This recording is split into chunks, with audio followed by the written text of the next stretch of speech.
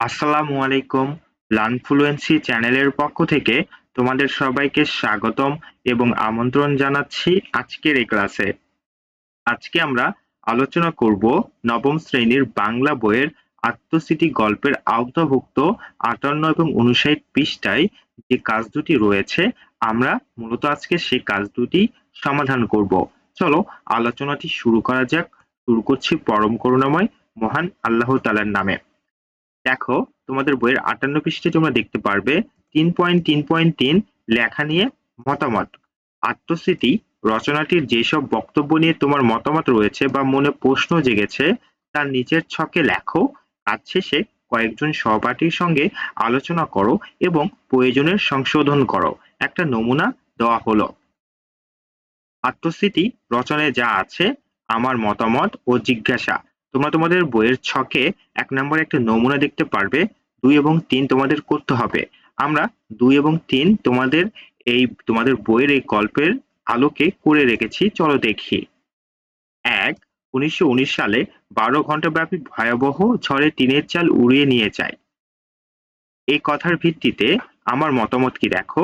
অনলাইনে খোঁজ করে দেখেছি এই তথ্যটি ঠিক আছে। ২ নম্বরে দেখো, ১৯৫৭ সালের ফৌজি বিদ্রোহের ঢাকার দেশি সিপাহীরাও যোগ দিয়েছিল। এ কথার ভিত্তিতে আমার মতামত, অনলাইনে খোঁজ করে দেখেছি এই তথ্যটি ঠিক আছে। ৩ নম্বরে দেখো, ১৯১৯ থেকে ২১ সালের কংগ্রেস খেলাফত আন্দোলনের সময়ে আমাদের গ্রামের উত্তর দিকের এক বড় চত্বরে এক বিশাল জনসভা হয়।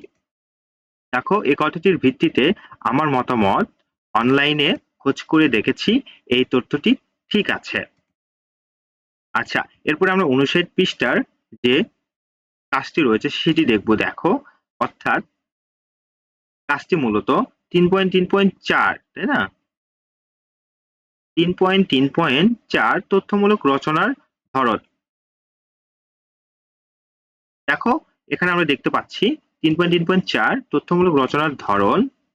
আত্মস্মৃতি শিরোনামের লেখাটি কে কেন অভিজ্ঞতা ভিত্তিক তথ্যমূলক রচনা বলা যায়, তোমার উত্তরের পক্ষে যুক্তি দাও।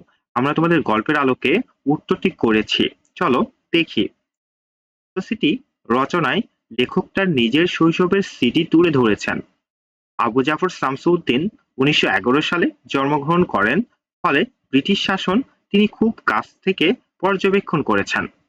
দীর্ঘ এর সময়ে তিনি তার দৈনন্দিন এবং সামাজিক জীবনে যেসব অভিজ্ঞতা অর্জন করেছেন তা এ রচনায় স্পষ্ট ফুটে উঠেছে। তার জীবদ্দশায় তিনি ব্রিটিশ শাসনের যতটুকু দেখেছেন তার প্রতিটি পর্যায় এ রচনায় নিরপেক্ষতার সাথে আলোচনা করেছেন। যেহেতু এ রচনায় তিনি ঘটে যাওয়া ঘটনাগুলোই নিজের পর্যবেক্ষণের ভিত্তিতে উল্লেখ করেছেন, ফলে আত্মস্মৃতি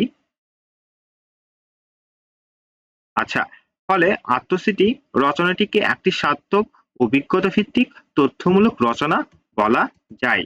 এই ছিল তোমাদের জন্য আজকের আয়োজন। সামনের ক্লাসে নতুন কোনো ভিডিও নিয়ে দেখা হবে। ভিডিওটি ভালো লেগে থাকলে অবশ্যই ভিডিওটিতে লাইক করবে এবং চ্যানেলটি সাবস্ক্রাইব করতে ভুলবে না। ভালো থেকো, সুস্থ থেকো। আসসালামু আলাইকুম।